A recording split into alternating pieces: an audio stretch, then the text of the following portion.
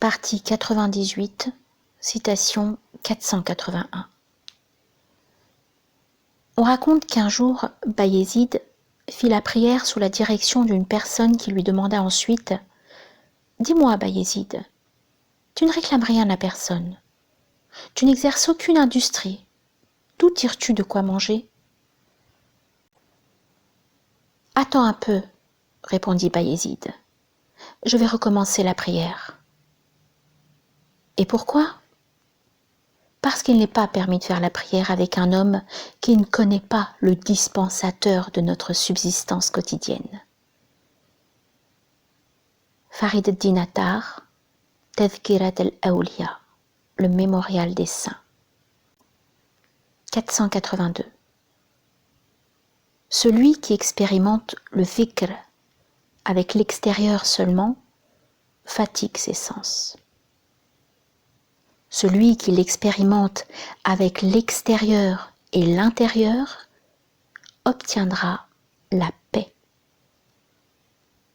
Ibn Atallah al-Iskandari dans Al-Hikam, les sagesses. 483. Allah exalté soit-il a dit :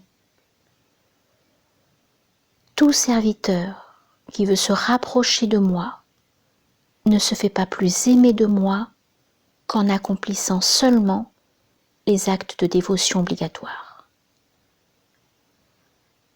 Mais de façon certaine, le serviteur suscite mon amour en accomplissant des actes de dévotion surérogatoires, jusqu'à ce que je l'aime.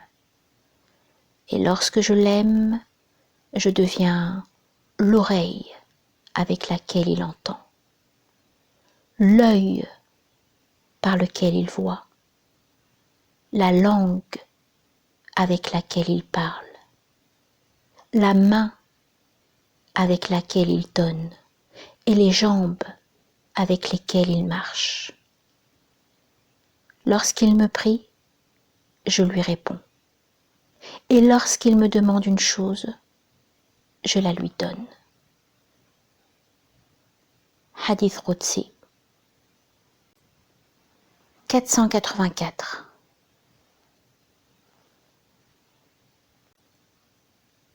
De partager l'intimité du maître, le seul but est de te connaître toi-même.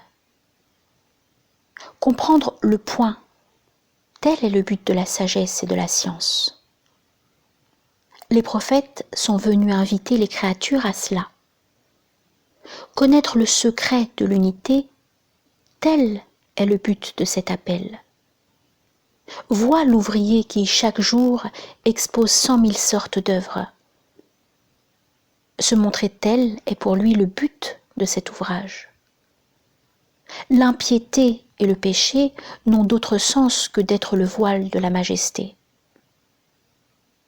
La goutte qui tombe de la mer de la générosité est le but de la grâce et de la miséricorde.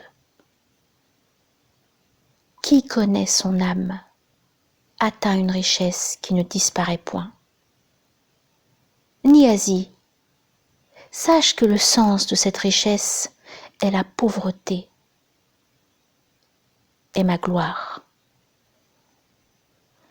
Niazi Misri.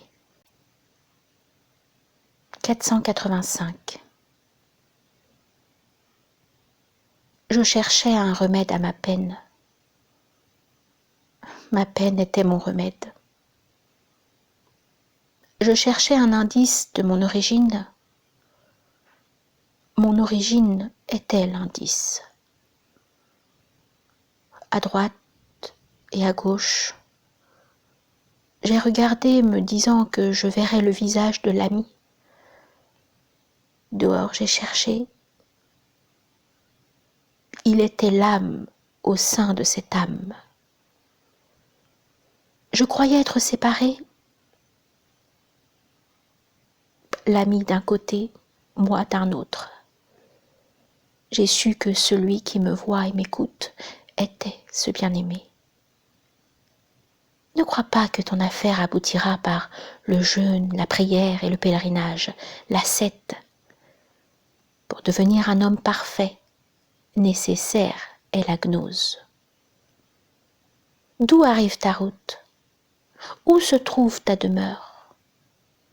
Qui ne comprend pas d'où il vient et où il va est un animal. Pour d'une certitude réelle connaître Allah, il te faut un guide. Conjectures sont les connaissances de qui est privé de guide. Ne va pas à tout maître confier ton cœur, il te rendrait le chemin ardu. Aisée est la voie des cimes pour ceux qui ont un guide parfait. Le mot demeure par la pensée, ce n'est pas une pente, mais une surface plate. Le monde entier est la surface d'un visage, qui le voit est saisi de stupeur. Écoute les mots de Niazi. Rien ne voile la face d'Allah.